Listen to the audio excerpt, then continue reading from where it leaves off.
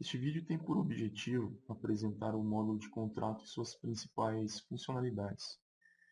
Primeiramente, vamos apresentar as funções comuns aos três módulos de contrato, os contratos de cliente, fornecedor e financeiro. E depois disso a gente vai fazer uma apresentação módulo a módulo para entender um pouco melhor o fluxo.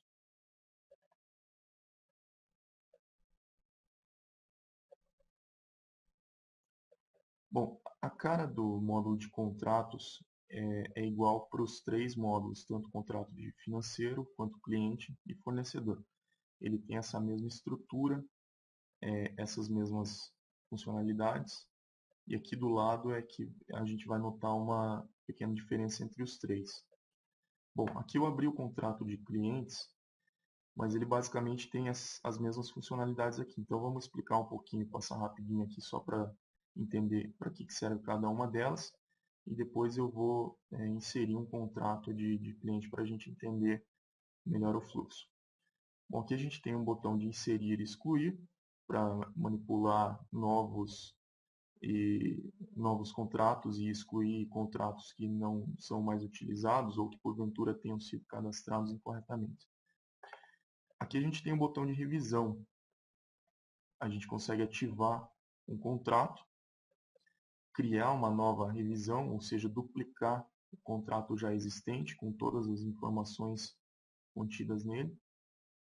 Prorrogar o contrato, no caso a gente consegue alterar um contrato já firmado, prorrogando a data final dele aqui. Esse prorrogar contrato, na verdade, ele serve tanto para adiantar quanto para antecipar o fim do contrato.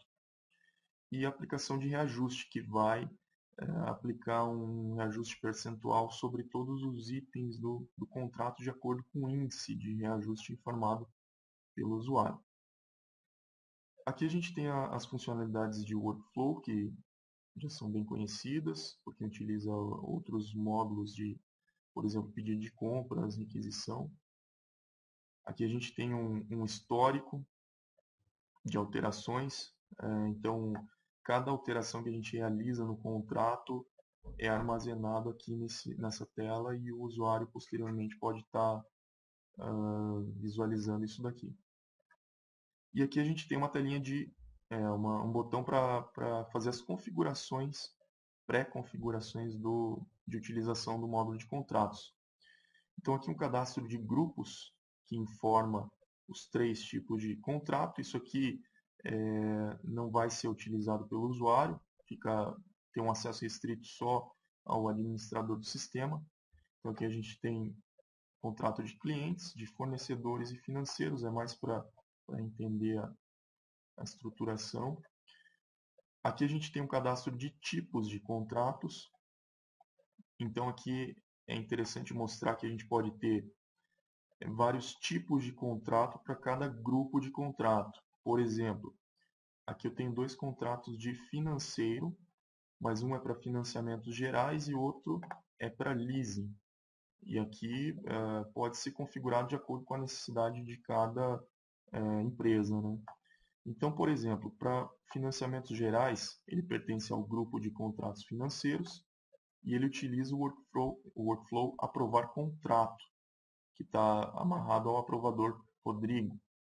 Já o leasing, ele utiliza o aprovar contrato leasing, que é um outro workflow, então ele dispara um outro fluxo, né, uma outra tarefa no caso, para o usuário master. E a gente pode vincular grupos de usuários também aqui. Então, aqui dentro a gente pode configurar vários tipos de contratos diferentes para um mesmo grupo e depois amarrar o contrato a esse tipo. Bom, aqui a gente tem o cadastro de serviços. Esse cadastro ele é utilizado mais especificamente no contrato de clientes. Então,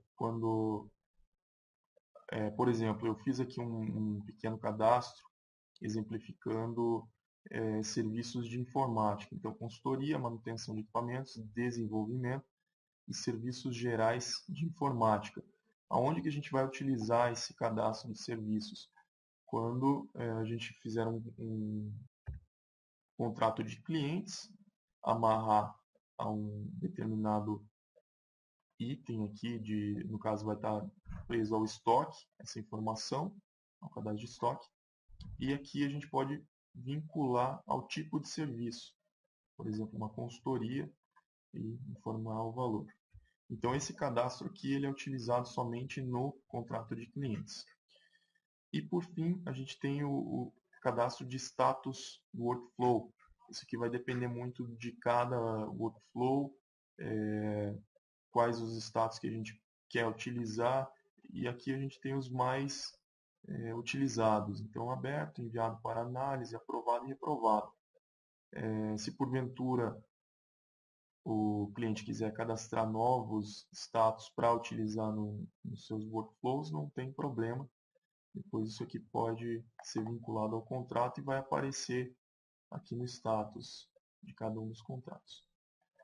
Bom, essa foi uma apresentação geral dos contratos. Agora a gente vai passar um fluxo demonstrando a utilização de cada um deles.